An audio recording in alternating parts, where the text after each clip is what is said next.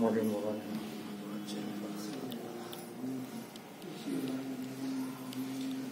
باللہ السمیع العلیم من الشیطان اللعین الرجیم بسم اللہ الرحمن الرحیم الحمد للہ رب العالمین والعاقبۃ للمتقین والجنۃ للموحدین والنار للملحدین والصلاۃ والسلام علی الرسول لنا حبیب الہ العالمین خاتم النبیین سید الوصیین امام المتقین مصداق طه و یاسین بالقوس اللهم صل على محمد وعلى محمد وآلہ الطیبین الطاہرین المعصومین المظلومین ولعنۃ اللہ علی اعدائهم اجمعین من یومنا هذا الى قیام یوم الدین الذین اذهب اللہ عنهم الرجس وطہرهم تطہیرا اللهم صل على محمد وعلى محمد بسم اللہ الرحمن الرحیم قال رسول اللہ صلی اللہ علیہ وآلہ وسلم حسین منی وانا من الحسین صلوات پڑھیں اللهم صل على محمد وعلى محمد اللہ سے گزارش ہے کہ سورہ فاتحہ مرحوم مسرت زہرا نرجس خاتون علی نقی کنیز زہرا صادق نقی زاہدہ بی بی اور لیاقت حسین اور کل مومنین و مومنات کو بخش دیجیے.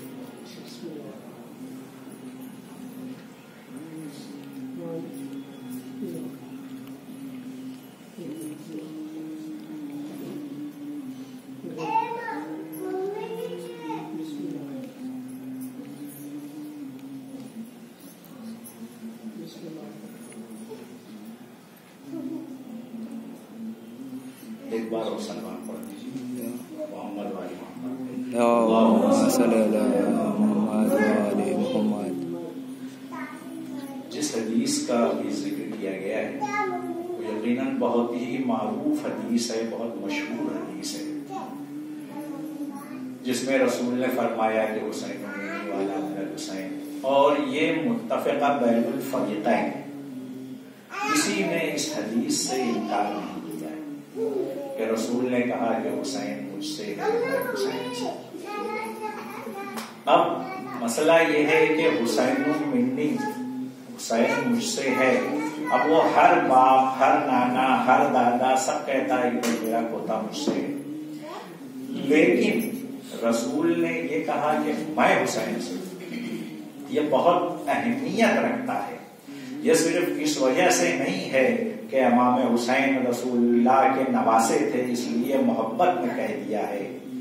ایک بات یہ ہے کہ قرآن نے کہا کہ رسول بغیر وحی کے گفتگو ہی نہیں کرتا، وما ارسلناک کا بغیر وحی کے گفتگو نہیں کرتا. اب جو کچھ رسول کہیں گے وہ وحی خداوندی ہوگا، حکم خدا ہوگا، لہذا یہ بھی رسول نے جو کہا وہ حکم خدا ہے، اپنی مرضی سے کہا ہوا نہیں ہے. تو خدا نے یہ حکم دیا کہ بھائی تم یہ کہو کہ حسین مجھ سے ہے، میں حسین سے ہوں. لہذا اس کے بعد بھی رسول اکرم ہر موقع پہ لوگوں کو، امت کو، اصحاب کو بتاتے رہے کہ دیکھو امام حسین کی عظمت کیا ہے. روز عید شہر مدینہ ہے، تمام بچے جو ہیں وہ سواری کر رہے ہیں. امام حسن اور امام حسین نے بھی کہا کہ نانا مجھے بھی سواری چاہیے، آپ ناقہ جو ہے وہ مجھے بھی چاہیے. اب رسول اللہ تھے، رسول کے ایک حکم پہ 2500 ناقے آگے کھڑے ہو جاتے تھے، لیکن رسول نے کسی کو حکم نہیں دیا بلکہ خود شبیہ ناقہ بنے. شبیہ ناقہ بن کے بتایا کہ دیکھو عظمت حسین کیا ہے.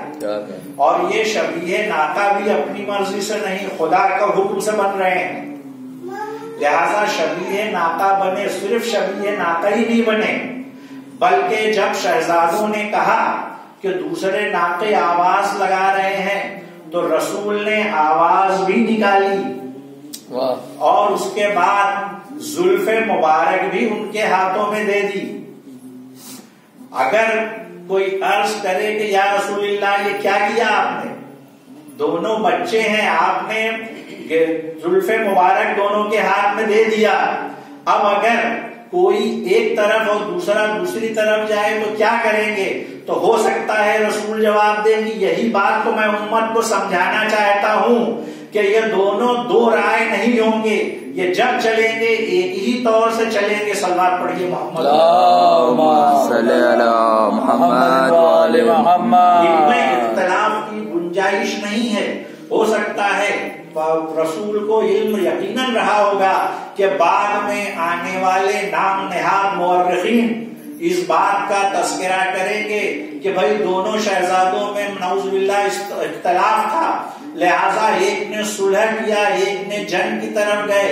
حالانکہ اگر اس وقت امام حسین ہوتے تو وہ بھی وہی عمل کرتے جو امام حسن نے کیا، اور امام حسن کی جگہ پہ اگر امام حسین ہوتے تو وہ بھی وہی عمل کرتے۔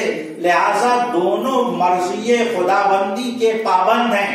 اور ایک بات یہاں اور عرض کر دوں، آپ حضرات کو معلوم ہی ہوگا کہ امام بچپن میں بھی امام رہتا ہے، بے شک نبی بچپن میں بھی نبی رہتا ہے۔ یہ اور بات ہے کہ مسند امامت پہ بعد میں آئے، لیکن وہ عام آدمی یا عام بچوں کی طرح نہیں ہوتا۔ اس کی ایک تاریخ میں روایت ملتی ہے کہ 7ویں امام موسی کاظم علیہ السلام محمد وآل محمد اور ہارون رشید کا دور تھا، وہ کھڑے ہوئے تھے اور بھی بچے موجود تھے۔ جب حکمران کی سواری آنے لگی سارے بچے بھاگ گئے، مولا کھڑے رہے۔ جب ہارون رشید نے پوچھا کہ آپ کیوں نہیں بھاگے، انہوں نے کہا میں کیوں بھاگتا، سڑک پہ جانے کا راستہ تنگ نہیں تھا، میں ایک کنارے کھڑا تھا، لہذا میں کیوں بھاگتا، بلکہ اگر میں ہوں تو میں ہارون رشید سے کہوں کہ تو نے ابھی بھی نہیں پہچانا، یہ بھاگنے والوں میں نہیں ہے، یہ کھڑے رہنے والوں میں ہے، میدان میں قیام کرنے والوں میں ہے۔ صلوات پڑھیے محمد۔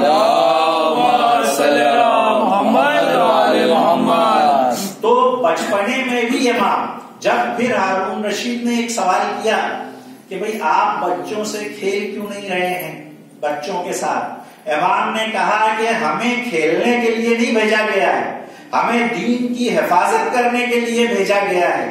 لہذا امام اگر بچپنا بھی ہے تو وہ بھی اس کی دین کی حفاظت میں لگا رہتا ہے، اگر وہ جوانی میں ہے تو بھی دین کی حفاظت کرتا ہے۔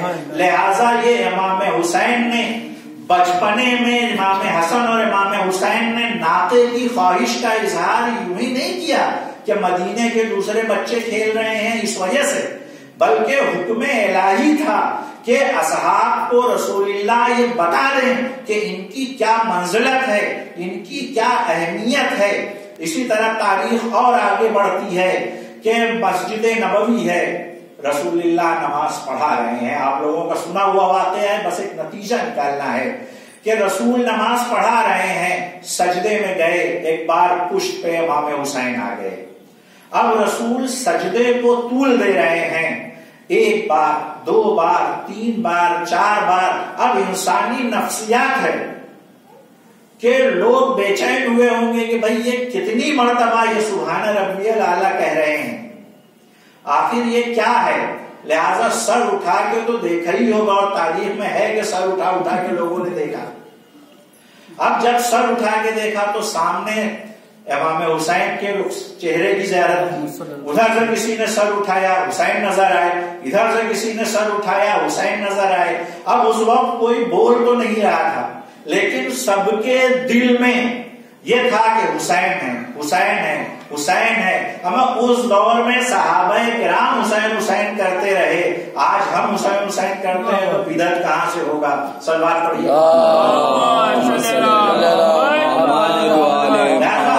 قدم پر نبی یہ سمجھاتے رہے امت کو اور اصحاب کو کہ دیکھو حسین کا احترام کرنا، دیکھو امام حسین اور امام حسن کی کیا منزلت ہے، تم دونوں کی منزلت، دونوں کی اہمیت کو سمجھو، خدا کے قریب ان کی کتنی اہمیت ہے۔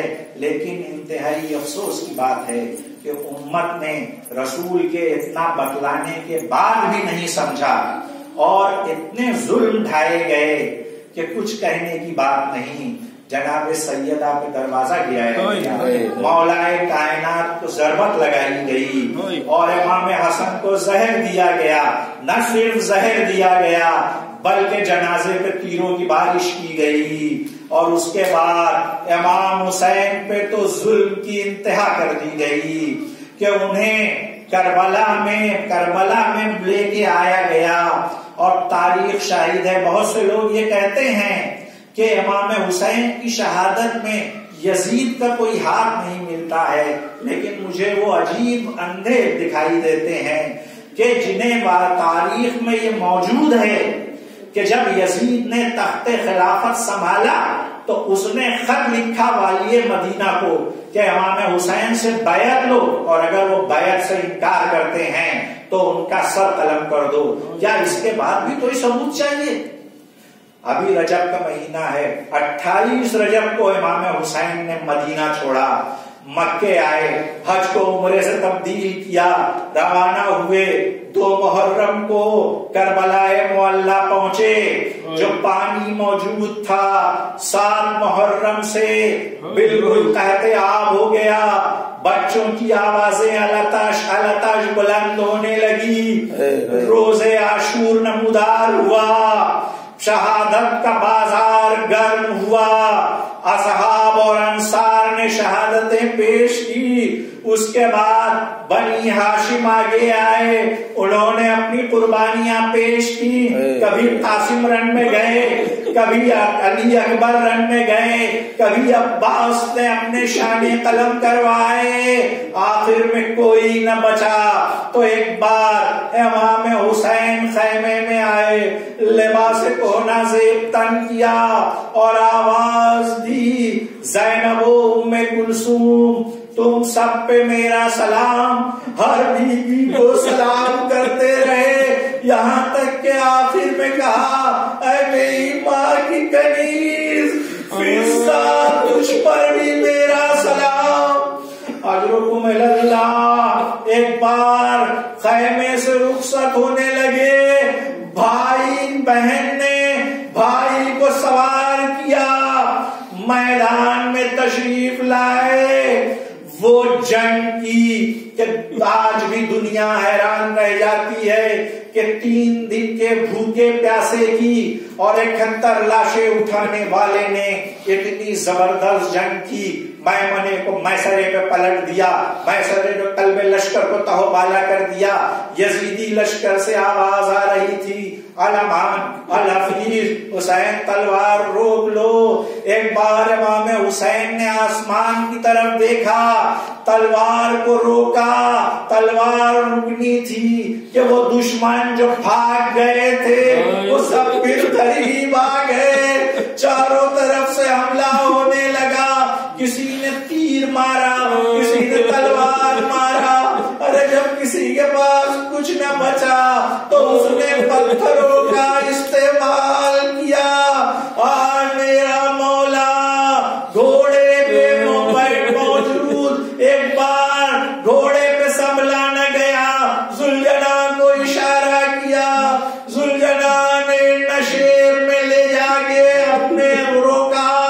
امام حسین زمین پہ تشریف لائے، شمر خنجر لے کے بڑھا، زمین کربلا کو زلزلہ آنے لگا. ایک بار جناب زینب نے سید سجاد سے پوچھا، بیٹا سید سجاد کیا قیامت آ گئی ہے؟ جناب سید سجاد نے کہا، پھوپھی اماں خیمے کا پردہ ہٹائیے. خیمے کا پردہ ہٹایا گیا. جناب سید سجاد نے کہا، السلام علیکم یا عبد اللہ. پھوپھی اماں میرا بابا مارا گیا. واہ حسینہ کی صدائیں بلند ہونے لگی. انا للہ و انا الیہ راجعون. پروردگار اس چھوٹی سی مجلس، مختصر سی مجلس، یہاں پہ جو لوگ جو سامعین موجود ہیں، سب اپنی اپنی حاجت لے کے آئے ہیں اس شہید کے روزے پہ، اس شہید کا واسطہ کہ ان تمام لوگوں کی حاجتوں کو بھر لا۔ اے پروردگار جو لوگ قرضدار ہیں اس شہید کا واسطہ ان کے قرضے کو ادا بیک سے ادا کر۔ پروردگار جو بے روزگار ہیں ان کو روزگار مل جائے۔ پروردگار جو برسر روزگار ہیں ان کی روزگاری ان کے عہدے میں ترقی ہو۔ پروردگار آخر میں دعا یہ ہے کہ حجت خدا کے ظہور میں تعجیل فرما اور ہم لوگوں کو ان کے ناصرین میں شمار فرما۔ ایک بار پھر آپ حضرات سے گزارش ہے کہ ایک سورہ فاتحہ پڑھ کے تمام مومنین کو بخش دیں۔